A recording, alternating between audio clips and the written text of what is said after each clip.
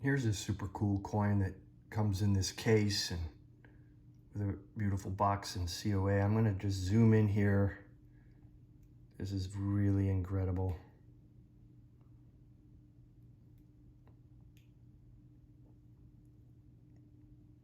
The detail in this coin is absolutely over the top.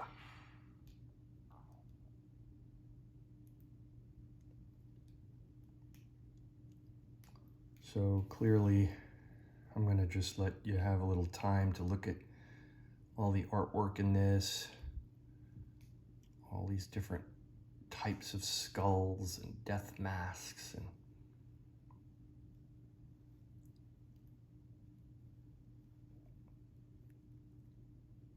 really spectacular. You know, the closer you get, the more you see.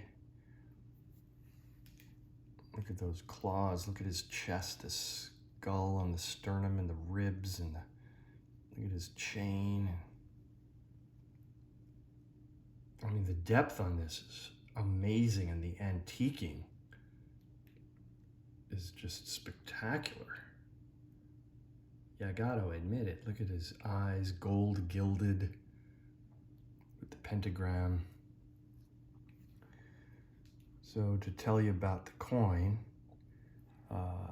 it was issued in Cameroon, 2,000 francs, you know, from France.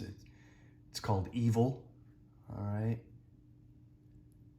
There were only 500 of them made, 2 ounces, 3.9 pure silver, issued by the Mint of Poland, which puts out some of the most advanced minting in the world. Incredible, with, you know, super high tech and new minting processes that have never been done. And so obviously this is, you know, sort of evil. It's like, it's a concept that has been around since man has been around. So humans seem to personify, you know, God and the devil. This is also known as the devil, sometimes called Lucifer. You know, seen in various religions and belief systems, also known as Satan. The first time Satan ever appeared was in Tanakh.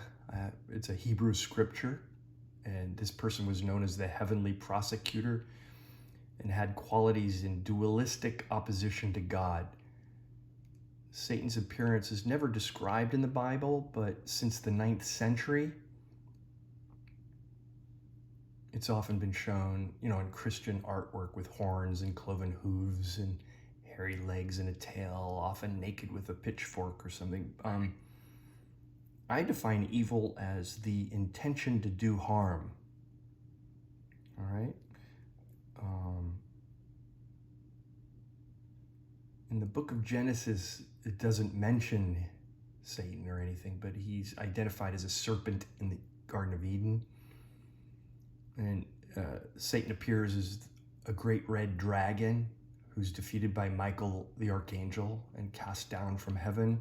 During the Age of Enlightenment, belief in the existence of Satan was harshly criticized by thinkers such as Voltaire. Although Satan is generally viewed as evil, some groups have different beliefs in Theistic Satanism. Satan is considered a deity who's either worshipped or revered. In LaVeyan Satanism, Satan is a symbol of various characteristics and liberty. I think that it went in that direction because it went against the church for hundreds or thousands of years, had been extremely oppressive, you know, with inquisitions, and if you didn't believe a certain way, then they torture and kill you. So that form of Satanism was about just finding your own power. Don't put your power in anybody else's hands or any belief system's hands. So, you know, the Baphomet, which is what this creature represents, was a deity that the Knights Templar were accused of worshiping. And that's how it was incorporated into occult and mystic traditions. The name Baphomet appeared first in trial transcriptions in the Inquisition of the Knights of Templar in the 1300s. In 1856, the name Baphomet was first given by an image drawn by Eliphas Levi. He was a French philosopher who wrote 20 books on occult magic, Kabbalah.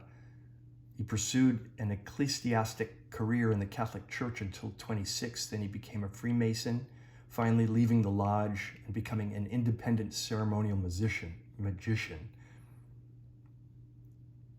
Look at that. That's such amazing. I love this artwork. And then in the 1900s, Aleister Crowley, similar to Eliphas Levi, was also raised fundamental Christian, became a Freemason with the Golden Dawn, initiated in the OTO, eventually becoming an independent ceremonial magician as well. And he signed his name the Beast 666 in honor of the Baphomet. That's why I bring up Aleister Crowley in relation to this image. He was a charismatic genius. He was a spy for British intelligence. He spoke many languages, a professional mountaineer, painter, wrote 50 books, established a new religion called Thelema. You'll see their motto, "Do what thou wilt," all over the place, even in cultures today. He finally established a commune in Sicily where he encouraged recreational drug use and sex magic rituals. Most people have no idea what a massive influence he was over Western culture and counterculture. He's pretty much considered the father of sex, drugs, and rock and roll, and continues to be considered a prophet of Thelema. The other side isn't not that interesting, but it's, the coinage. Republique Cameroon. But boy, is this artwork spectacular. And I have a follow-up video after this for the symbols of goodness. Take care.